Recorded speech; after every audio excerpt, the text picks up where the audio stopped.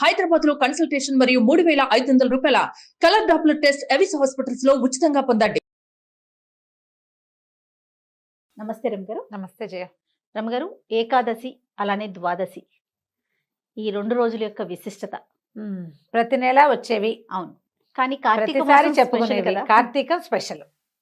ఇది ఎట్లా అంటే ఆషాఢ శుద్ధ ఏకాదశి నాడు పడుకున్నటువంటి నిద్రాముద్రాభిరాముడైనటువంటి విష్ణుమూర్తి యోగ నిద్రలోకి వెళ్ళి ఈ ఏకాదశికి నిద్రలేస్తాడు. దీన్ని హరిబోధిని ఏకాదశి అంటారు, ఉత్థాన ఏకాదశి అంటారు, బోధన ఏకాదశి అంటారు, హరిప్రబోధిని అంటారు, దేవప్రబోధిని అంటారు. ఇన్ని పేర్లు ఉన్నాయి. 4 నెలల పాటు చాతుర్మాస్య దీక్ష తీసుకుంటారు సాధారణంగా అందరూ. చాతుర్మాస్యం ఆషాఢ శుద్ధ ఏకాదశి తొలి ఏకాదశి నుంచి ఇక్కడ బోధన ఏకాదశి దాకా స్వామివారు శయనిస్తారు. ఈ రోజున నిద్రలేస్తారు. ఈ నిద్ర లేచినప్పుడు ఏంటంటే ఆయన లేవగానే దేవతలు, బ్రహ్మాది దేవతలందరూ వారి దగ్గర చేరి వైకుంఠ ద్వారాలు తెరవబడతాయి. ఈ 4 నెలలు వైకుంఠం ఎవరికి దర్శనం ఇవ్వడట ఆయన. ఏ దేవతలు కనిపించరు, వెళ్ళరు ఆయన దగ్గరికి. ఈ రోజున వెళ్ళి మంగళవాది వాయిద్యాలతోటి స్వామిని మేల్కొల్పి పూజించి హారతులు ఇచ్చి మళ్ళీ ఆయనని ప్రపంచ నియామకుడుగా ఆయన మళ్ళీ యాక్టివ్గా అవుతారనమాట. ఆయన నిద్రపోతాడు ఈ 4 నెలలు. ఆ నిద్రపోయిన స్వామిని మేల్కొల్పే ఏకాదశి కాబట్టి ఇది చాలా పవిత్రమైనది, చాలా ముఖ్యమైనది. అందుకని దీన్ని తప్పకుండా ఎన్ని ఏకాదశులు ఉన్నా లేకపోయినా కూడా తొలి ఏకాదశి నాడు కూడా ఉపవాసం ఉండలేని మానవుడు ఎవడైనా ఈ హరిబోధిని ఏకాదశికి గనక ఉపవాసం ఉంటే విశేషమైన ఫలితం లభిస్తుంది అంటారు. ఏకాదశికి సాధారణంగా పూజ, ఉపవాసము, జాగరణ.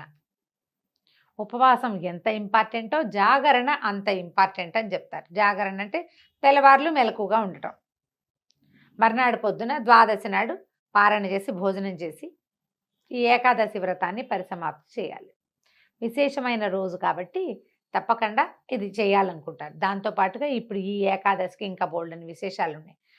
భీష్మ పితామహుడు యుద్ధం మానేసి అంపశయ్యకి సేనించింది ఈ రోజు. అవును, అదొక విశేషంగా చెప్పుకుంటాం.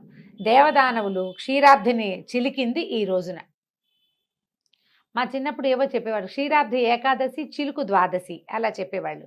ఇప్పుడు చిలుకు నాకు తర్వాత తెలిసిందనమాట, పదాలు ఏవో ముందుకి వెనక్కి పోయినాయని. చిలుకు ద్వాదశి అంటారు రేపటి ద్వాదశిని. ఈ ఏకాదశి తర్వాత వచ్చే ద్వాదశి చిలుకు ద్వాదశి చాలా విశేషమైన రోజు. మామూలుగా ప్రతి ద్వాదశి విశేషమైంది, చిలుకు ద్వాదశి ఇంకా ప్రత్యేకం. ఈ రోజున దేవదానవులు అమృత మథనం చేయబోయారు. అందుకని ఇది మరింత విశేషంగా చెప్తారు. ఏకాదశి ఉపవాసం ఎలా ఉండాలి, చాలా మంది ప్రశ్నలు అడుగుతారు. జయ, నాకు ఒక 25-30 మెసేజ్లు ఉన్నాయి దాని మీద. ఏకాదశి మేము ఎప్పుడు ఉండలేదు, ఇప్పుడు ఉండొచ్చా, చేయొచ్చా అని. ఎప్పుడు ఉపవాసం మంచిది, ఆధ్యాత్మికంగా ప్రగతికి మంచిది, ఆరోగ్యానికి మంచిది. ఏకాదశి ఉపవాసం ఉండాలంటే ఎలా? ఉదయకాలం, ఇప్పుడు ఇది కార్తీకం కాబట్టి సూర్యోదయాత్ పూర్వమే తప్పకుండా స్నానం చేయాలి. సూర్యోదయానికి ముందే స్నానం చేసేసి, ఒకవేళ మనం ఇంట్లో కనుక స్నానం చేస్తే తులసి దగ్గర దేవతార్చన దగ్గర మనం ఎక్కడ దేవుని పెట్టుకుంటామో అక్కడ తప్పకుండా దీపారాధన చేసుకోవటం. ఈ రోజంతా హరినామ స్మరణలో ఉండటం, ఆహారం తీసుకోకపోవటం, జలోపవాసం చేస్తాం. ఏదైనా పలిత ద్రవ పదార్థాలు, పళ్ళు అలాంటివి తీసుకోవచ్చు. రోజు మొత్తం పగలు, పొద్దున, మధ్యాహ్నం, సాయంత్రం, రాత్రి 4 పూటలా కూడా అన్నం వండినది ఏది తినకూడదు. బియ్యంతో చేసినవి అసలు పనికిరావు, అన్నం పనికిరాదు. అయితే అన్నానికి భిన్నంగా చేసుకోవచ్చని బియ్యపు రవ్వతోటి మనం చేసుకుంటాము, అది చేయొచ్చని తర్వాత కాలంలో వచ్చిన అమెండ్మెంట్సే నేను కూడా చెప్తుంటాను. ఏకాదశి ఉపవాసాలప్పుడు ఇది చేసుకుందామని బియ్యపు రవ్వతో ఉప్మా ఎలా చేసుకోవాలి, తర్వాత దాని ఉప్పుడు పిండి అలాంటివి చేసుకుంటారు. అనుపానాలు లేకుండా, తాలింపులు గిలింపులు లేకుండా, కూరలు, చారులు, పులుసులు చేసుకోకుండా ఒట్టి రవ్వ ఉడికించుకుని తింటారు ఉండలేని వాళ్ళు. ఓకే, ఫలాలు అవి తిని ఉండగలిగే వాళ్ళు పళ్ళు తినేసి కొబ్బరి నీళ్ళు, తేనె నీళ్ళు అలాంటివి తాగి ఉండగలిగే వాళ్ళు ఉండొచ్చు. ఇది ఎవరెవరు చేయొచ్చు? ఆరోగ్యంగా ఉన్నవాళ్ళు, తర్వాత గర్భవతులు కాకూడదు, బాలింతలు కాకూడదు, అనారోగ్యంతో ఉన్నవాళ్ళు కాదు, చిన్నపిల్లలు కాదు. ఆహారం డయాబెటీస్ అవి ఉన్న వాళ్ళైతే ఆహారం లేకపోతే ఇబ్బందులు పడతారు. అలాంటి వాళ్ళు పెట్టుకోకండి. వీళ్ళకి ఇలా అనారోగ్యం ఉంది కానీ పార్షియల్గా ఉపవాసం చేయదలుచుకున్న వాళ్ళు ఏవైనా 2 పూట్ల టిఫిన్ తిని అన్నం తినకుండా ఉండటం కూడా ఒక ఉపవాసం. అన్నానికి భిన్నం ఏదైనా తినొచ్చు 2 పూట్ల. నా సంగతి తెలిసిందే కదా, ఎప్పుడు ఒకటే రకం, దాని మీద ఎంతో పెద్ద తేడా ఏముండదు. మీరు ఒక పని చేయొచ్చు, వీక్గా అనిపిస్తోంది మనకు, అలా అనిపిస్తుంది అంటే ఒక గ్లాసు కాస్త గోరువెచ్చటి నీళ్ళలో తేనె వేసుకుని తాగొచ్చు. మా తోడుకోడలు వాళ్ళు నెయ్యి కూడా వేసుకుంటారు. తేనె, నెయ్యి, నీళ్ళు. శివరాత్రికి కూడా అంతే, వాళ్ళు నీళ్ళలో తేనె, నెయ్యి కలిపేస్తారు, తీసుకుంటారు. అది చాలా హెవీగా ఉంటుంది, అది పొట్టలో చాలా మంచిదని, ఇంటెస్టైన్స్కి మంచిది ఏదో చెప్తుంటాను. అవి డాక్టర్ అవడంతో అలాంటివి కొన్ని సలహాలు చెప్తుంది అనమాట. వీక్గా అనిపిస్తున్నారు, బావి వేసుకోండి, తేనె వేసుకోండి, నెయ్యి వేసుకోండి అంటే ఆ నెయ్యి నీళ్ళ లోపలికి వెళ్తుంది. అదొక అలవాటు, అది ఉండాలి కదా. చిలకడ దుంప కూడా తింటారు కదా, చిలకడ దుంపలు తినచ్చు, దుంపలు తినచ్చు, చిలకడ దుంప, ఆలుగడ్డలు తినచ్చు. అంటే ఉప్పు ప్రధానంగా తీసుకోకూడదన్న ఒక నియమం ఉంటుంది జయ. ఉప్పు తీసుకోకూడదు.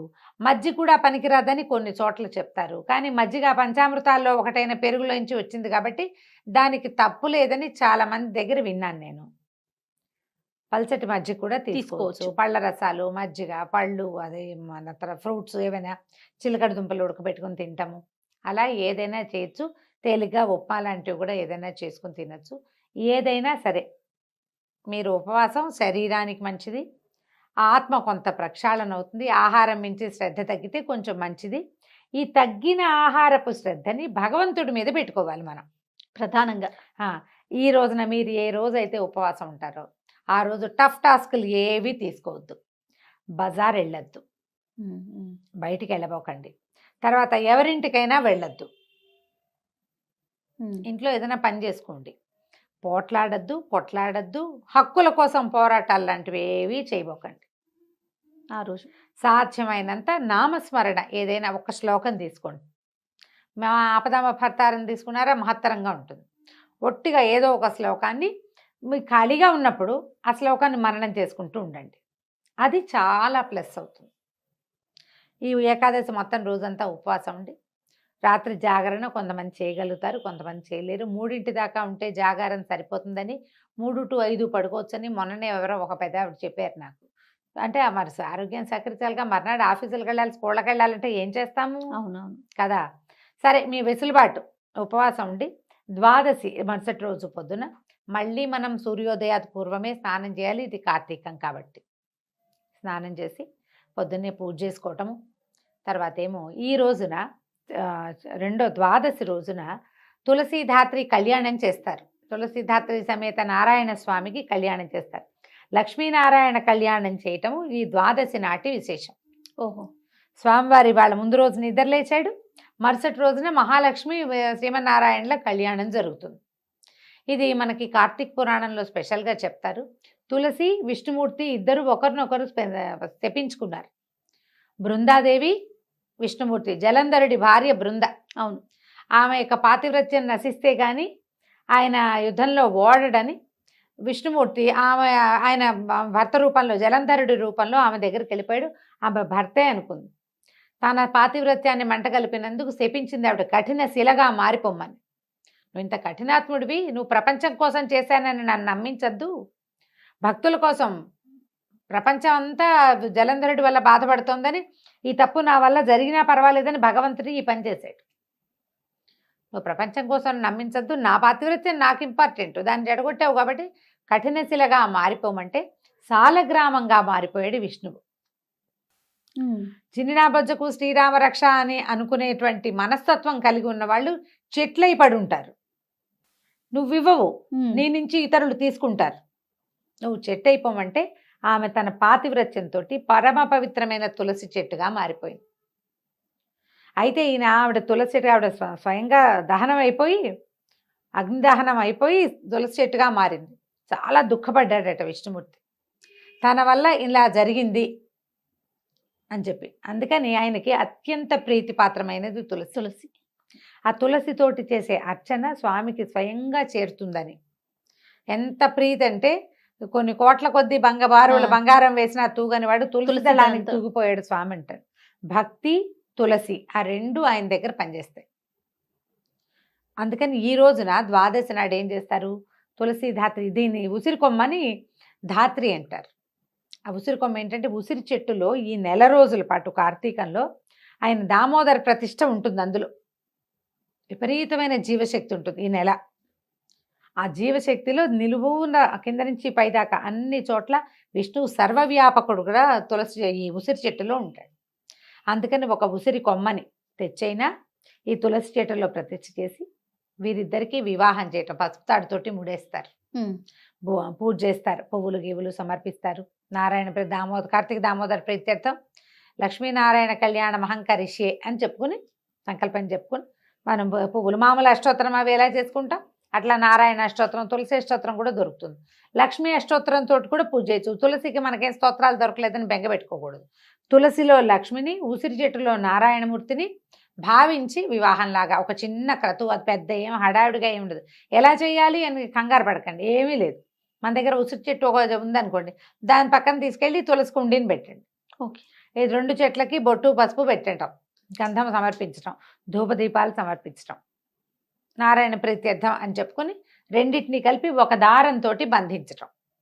చెట్లు లేవు, కొమ్మలు తెచ్చుకుంటాం. ఈ మన రైతు బజార్ వాళ్ళంతా ఇప్పుడు ఉసిరి చెట్ల మీదే బతికేస్తారు ఒక రోజు అంతాను. ఆ కొమ్మ నిండా కాయలు ఉన్నవి అన్నేసి కాయలు ఉన్న చెట్లను విరిచేస్తే రేపొద్దున ఉసిరికాయలు ఎలాగా అనిపిస్తుంది. ఇదివరకు అక్కడొక్కళ్ళు కలిపడే వాళ్ళు చేయ.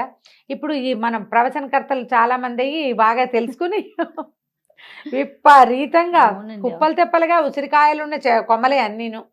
మనకి రైతు బజార్ దాకా కూడా అక్కర్లేదు రమ్మగారు. ఇప్పుడు కూడల్లో మనకి ఎక్కడైతే మార్కెట్ పెడతారో అన్ని చోట్ల కనిపించేస్తున్నారు. వినాయక చవితి నాటి పత్రిలాగా ఇంతింతికాయలు, వినాయక చవితి నాటి పత్రి ఎట్లా కనపడుతుందో అలా కనిపించేస్తుంది. ఓ ఉసిరి కొమ్మని నాటడం. మా దగ్గర మాత్రం ఉసిరి చెట్టు ఉంది, సుండీలో పెట్టుకున్నాను చక్కగా. తులసి మొక్కనెత్తి ఆయన దగ్గర పెట్టడం, ఈ 4 రోజులు కలిసి ఉండండి అని. నేను ఆ ఉసిరి కుండీలోనే తులసి మొక్కలు పెట్టాను, 2 కలిసే ఉంటాయి. సంవత్సరం అంతా కలిసే ఉన్నారు ఇద్దరు. ఓకే, ఇంకే సూపర్. ఓ దీపం పెట్టడం, కుండీకి పసుపు బొట్టు పెట్టుకోవటం, నమస్కారం చేసుకుంటూ కొంచెం మధ్యలోకి జరుపుకుంటే చుట్టూతా ప్రదక్షిణం చేసుకోవచ్చు. ఇట్లా మనం ఈ ద్వాదశిని పూర్తి చేసుకోవచ్చు. ద్వాదశి నాడు పూజ చేసుకున్నాక భోజనం చేసేసేయచ్చు. మధ్యాహ్నం భోజనం చేసేయచ్చు. మధ్యాహ్నం అంటే కొంచెం చకచకా చేస్తే. కొంతమంది ఏం చేస్తారంటే పొద్దున్నే చేయగలుగుతారు, చేయలేకపోతారు. సాయంకాలం చేసుకునే విధానం ఒకటి ఉంది, కానీ మనం ఉపవాసం ఉన్న వాళ్ళు ఉండలేరు కదా. ముందు రోజంతా ఉండి మరుసటి రోజంతా ఎక్కడ ఉంటారు.